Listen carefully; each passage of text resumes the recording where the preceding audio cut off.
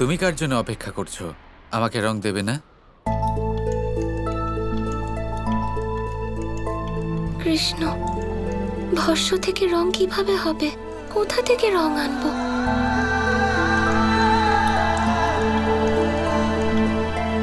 যদি ভস্যই হয় তাহলে তাই দিয়েই নিজের ইচ্ছে পূরণ করো, সেটাই মাখিয়ে দাও। এটাও তো রং, রাধা। আমি চেয়েছিলাম তোমার রং আমার মতো হোক, তাহলে ভস্য কি করে লাগাই? যদি ভালোবেসে ভস্য মাখিয়ে দাও তাহলে তাতেও রঙের অনুভূতি হবে, রাধা। সেই সুখই পাবে।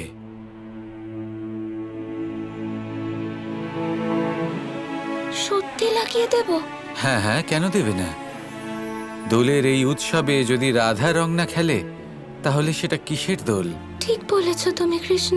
কৃষ্ণকে রং না দিলে দোল রঙিন হবে না।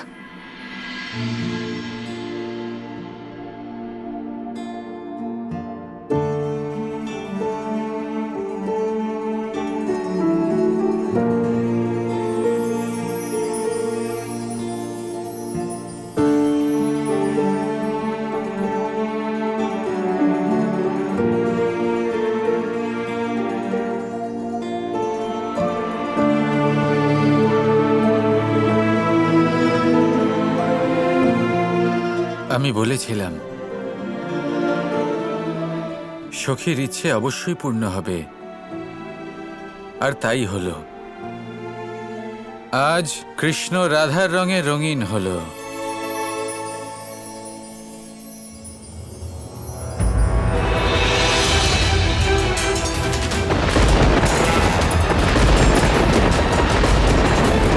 এ কি?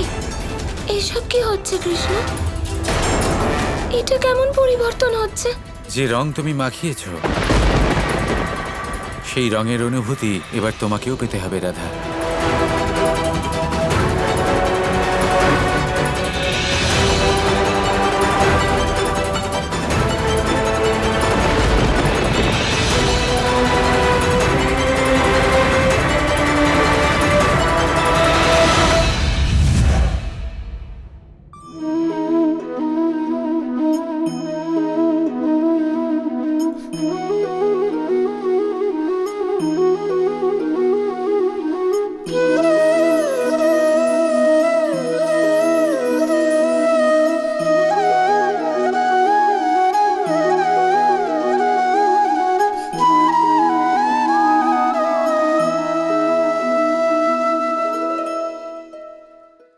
শ্রীকৃষ্ণ, এসব কি হচ্ছে?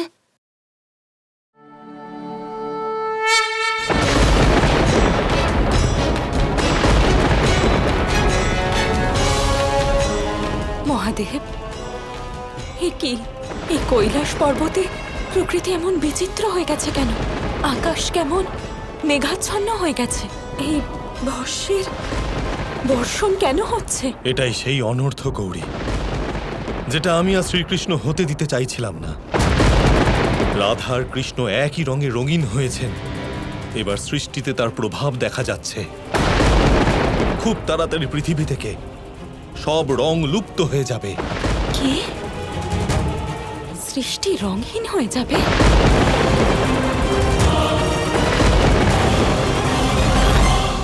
শ্রীকৃষ্ণ, কি হচ্ছে? আমাকেও বলুন। আমি তো শুধুমাত্র আপনার ইচ্ছে পূরণ করছি, দেবী রাধা। নিজেকে আপনার রঙে রাঙিয়ে তুলেছি। এতে খারাপ কি আছে? আর এই আবহাওয়া অনর্থের সংকেত কেন দিচ্ছে? কারণ ভারসাম্য নষ্ট হচ্ছে। আমি কৃষ্ণ আর আপনি হলেন শুক্ল। কৃষ্ণ আর শুক্লর দ্বারা এই সমস্ত সৃষ্টি তৈরি হয়েছে, রাধা। কিন্তু এখন আর কৃষ্ণ নেই।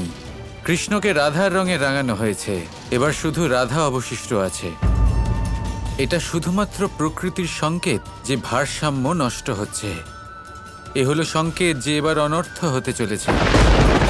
অনর্থ এই কারণ আপনি ভস্য ব্যবহার করেছেন, ভস্য মাখিয়েছেন। এবার সেই অনুসারে পরিণামও হবে। এই সমস্ত সৃষ্টি এবার ভস্যে পরিণত হবে, দেবী রাধা।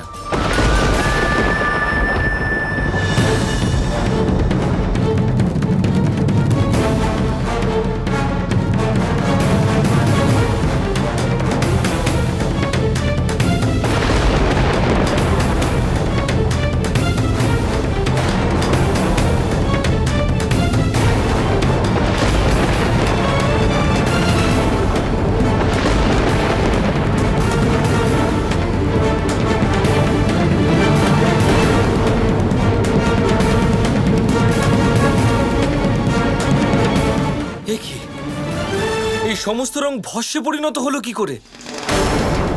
এ কি সবার মুখে রঙের জায়গায় ভস্ম লাগানো কেন? আমাদের রং কোথায় গেল?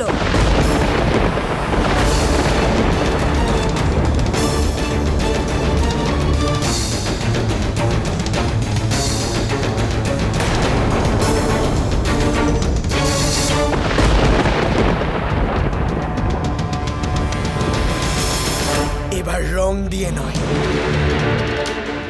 বরং সমগ্র দ্বারকা ভস্মের রং ধারণ করেছে।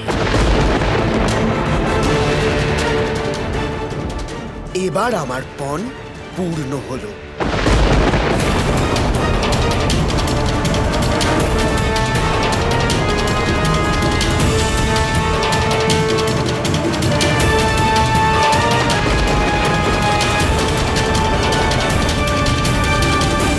সমগ্র সৃষ্টি ভস্মের দ্বারা ঢেকে গেছে। সব আমার জন্য হয়েছে কৃষ্ণ। আমি শুধু এটুকু চেয়েছিলাম, দুই প্রেমী এক রঙে রঙিন হোক, একত্রিত হোক। এবার সময় এসে গেছে আপনার এই শিক্ষা লাভ করার, দেবী রাধা, যে আমরা দুজন হলাম একে অপরের পরিপূরক।